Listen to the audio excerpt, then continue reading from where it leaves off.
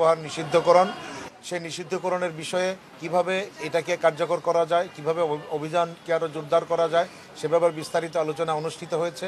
এবং আমরা সিদ্ধান্ত নিয়েছি যে আমরা বলেছি যে আমাদের এই পলিথিনের ব্যবহার বন্ধ করতে হবে এবং এই পলিথিনের ব্যবহার বন্ধ করার ক্ষেত্রে সরকারের পাশাপাশি জনগণেরও গুরুত্বপূর্ণ ভূমিকা আছে, বিভিন্ন স্টেক হোল্ডারের গুরুত্বপূর্ণ ভূমিকা আছে।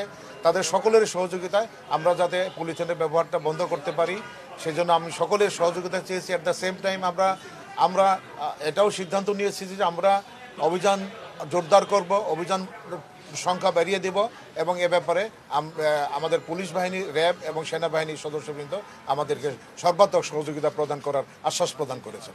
কিচেন মার্কেটে পলিথিন শপিং ব্যাগ এটি হচ্ছে ব্যবহার অভ্যাস, একটু আগে যেটি বললাম আমাদের অভ্যাসগত পরিবর্তন আনতে হবে। যদি বাড়িতে পরিবেশ বান্ধব ব্যাগ তো আমাদের আছে, আপনি 25 টাকা 30 টাকা যাই হোক না কেন একবার ক্রয় করলে ওটি 6 মাস 1 বছর ব্যবহার করতে পারবেন।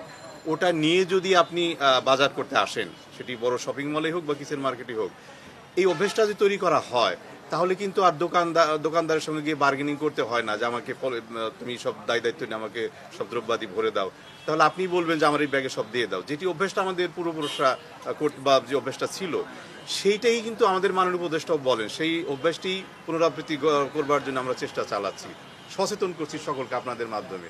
অর্থাৎ আপনি যদি ব্যাগ নিয়ে যান, বাইরে উন্নত দেশগুলো তো সেরকমই হয়, আপনি যদি ব্যাগ নিয়ে যান বাজারে তাহলে তার এই সমস্যাটি হয় না।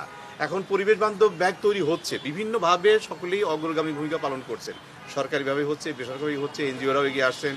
তো এই বিকল্পের কথাটি যেটি বলা হয় এটা বড় ধরনের কোনো সমস্যা নয়, এই সমস্যাও সমাধানের পথে বা আমি মনে করি পাশাপাশি